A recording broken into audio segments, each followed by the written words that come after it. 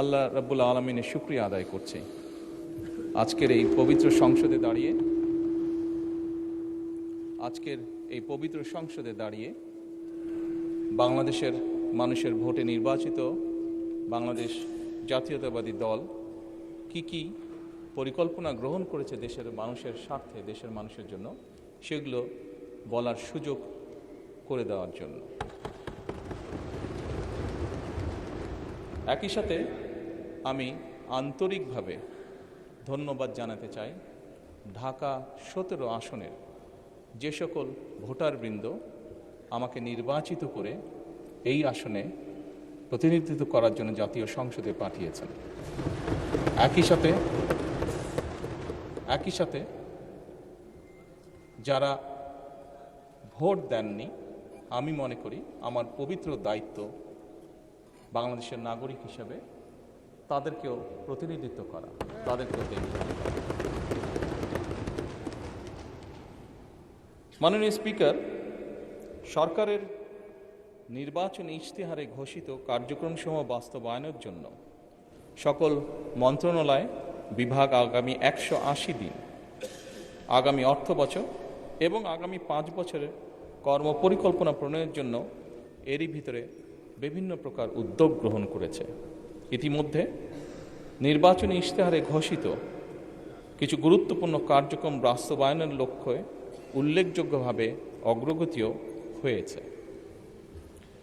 প্রান্তিক ও নিম্ন আয়ের পরিবারগুলোকে, যেখানে বাংলাদেশের অধিকাংশ পরিবারই প্রান্তিক বা নিম্ন আয়ের পরিবারের সদস্য, এই পরিবারগুলোকে প্রাথমিক পর্যায়ে 13টি জেলায় প্রায় 37,814টি নারী প্রধান পরিবারকে ফ্যামিলি কার্ড প্রদান কার্যক্রম শুরু হয়েছে। মাননীয় স্পিকার, একই সাথে কৃষকের সার্বিক সুরক্ষা প্রদানের জন্য সরকার কৃষক কার্ড প্রদানের উদ্যোগও গ্রহণ করেছে। প্রাথমিক পর্যায়ে কৃষি সম্প্রসারণ অধিদপ্তরের মাধ্যমে বাংলাদেশের 8টি বিভাগের 10টি জেলার 11টি উপজেলায় 11টি ব্লকে পাইলটিং কাজ শুরু হয়েছে।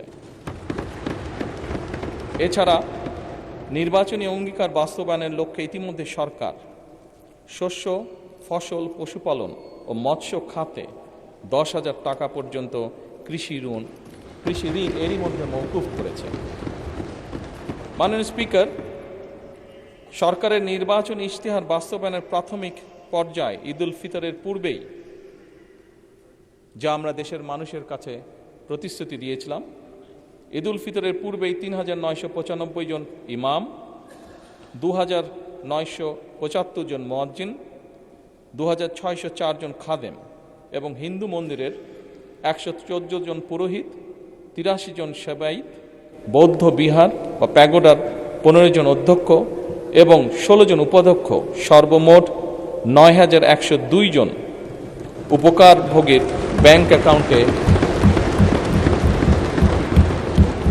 নির্বাচনী প্রতিশ্রুতি অনুযায়ী সম্মানী পৌঁছে দেওয়া হয়েছে।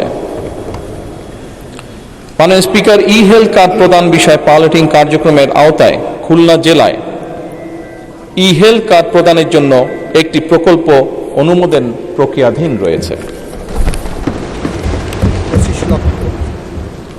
সরকারের নির্বাচনী ইশতেহার অনুযায়ী আগামী 5 বছরে ইনশাআল্লাহ 20,000 কিলোমিটার খাল খনন পুনর্খনন কর্মসূচি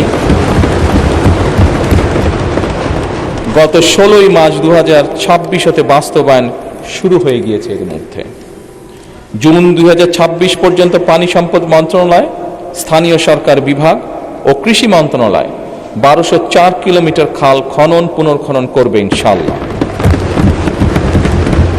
এছাড়া দুর্যোগ ব্যবস্থাপনা ও ত্রাণ মন্ত্রণালয় কর্তৃক 2026 সাল পর্যন্ত কাবিখা, কাবিটা, টিআর এই সকলের মাধ্যমে 1500 কিলোমিটার খাল খনন পুনর্খনন সংস্কারের কাজ হবে ইনশাআল্লাহ।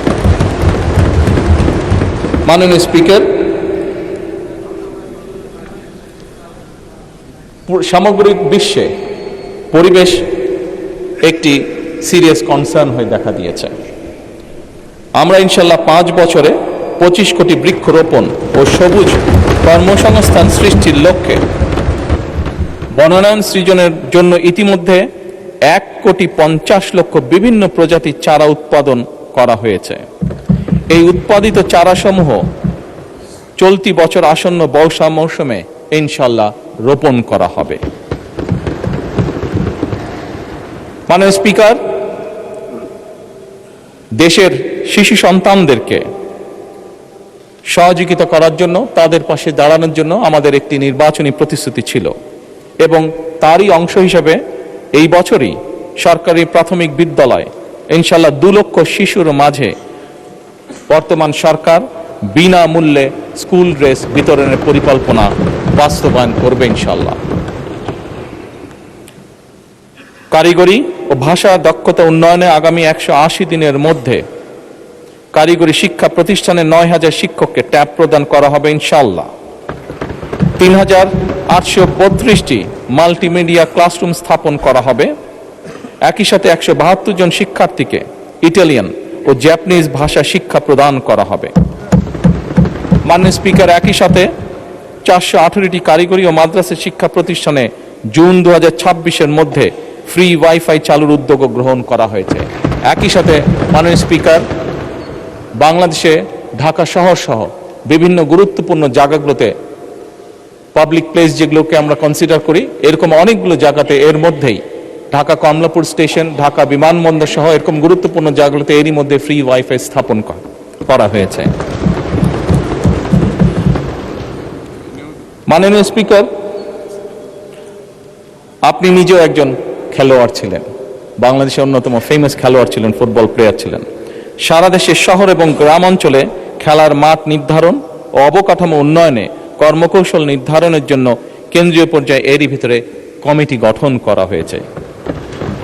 হাইটেক সফটওয়্যার পার্ক ও আইসিটি সেন্টার সমূহ কার্যকরভাবে পরিচালনার জন্য এবং বাংলাদেশে আমাদের ইয়াং জেনারেশন যারা বিভিন্ন আইটিতে কাজ করে থাকে, তারা যাতে তাদের আর্থিক বা যেই অর্থ তারা সঞ্চয় করে থাকে, এটি যাতে স্বাচ্ছন্দ্যে তারা এই দেশে নিয়ে আসতে পারে, সেই জন্য পেপলের কার্যক্রম আরম্ভ করার কার্যকর উদ্যোগ এরই মধ্যে গ্রহণ করা হয়েছে এবং এর জন্য একটি কমিটিও গঠন করা হয়েছে। মাননীয় স্পিকার, নির্বাচনী ইশতেহারকে প্রাধান্য দিয়ে বেতন কাঠামো আদায় জাতীয় ক্রীড়াবিদদের জন্য, যা আপনি নিজেও আমি বিশ্বাস করি অ্যাপ্রিশিয়েট করবেন মাননীয় স্পিকার, এরই ভিতরে ক্রীড়া ভাতা চালু করা হয়েছে।